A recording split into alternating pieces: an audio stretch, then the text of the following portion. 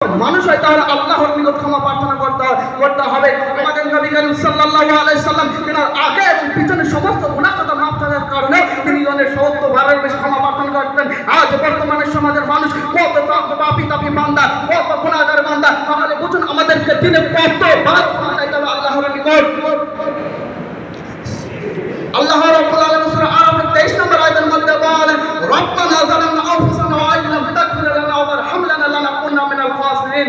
তখন তারা বলে, হ্যাঁ আমার প্রতিপালক, আমরা নিজেদের উপরে অন্যায় করেছি, আপনি যদি দয়া না করেন, আপনি যদি ক্ষমা না করেন, আমরা বড় ক্ষতিগ্রস্তের মধ্যে পড়ে যাব। তাহলে এই আয়াত দ্বারা বুঝতে পারলাম, যদি আমাদের মহান রব্বুল আলামিন যদি আমাদের ক্ষমা না করেন, তাহলে আমরা সেদিন বড় ক্ষতিগ্রস্তের মধ্যে পড়ে যাব।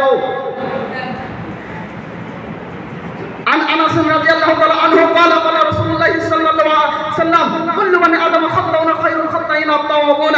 আনাস রাদিয়াল্লাহু তাআলা থেকে রাসূল সাল্লাল্লাহু আলাইহি ওয়াসাল্লাম বলেছেন, প্রত্যেক আদম সন্তানই অপরাধী। উত্তম অপরাধী ওই ব্যক্তি যে অপরাধ করার পর আল্লাহর নিকট ক্ষমা চায়। তাহলে আমরা এই হাদিস দ্বারা বুঝতে পারলাম ওই ব্যক্তি সবথেকে উত্তম যে ভুল করলো, পাপ করলো, তারপর আল্লাহর নিকট ক্ষমা চাবে, সেই আল্লাহর নিকট সবথেকে বেশি উত্তম।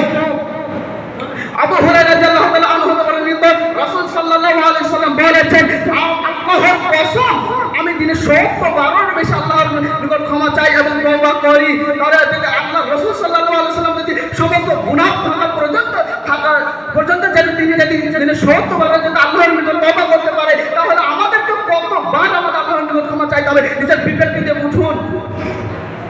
আবু যার গিফারী রাদিয়াল্লাহু তাআলা রাসূল সাল্লাল্লাহু আলাইহি ওয়াসাল্লাম বলেছেন, আল্লাহ তাআলা বলেন, হে আমার বান্দারা,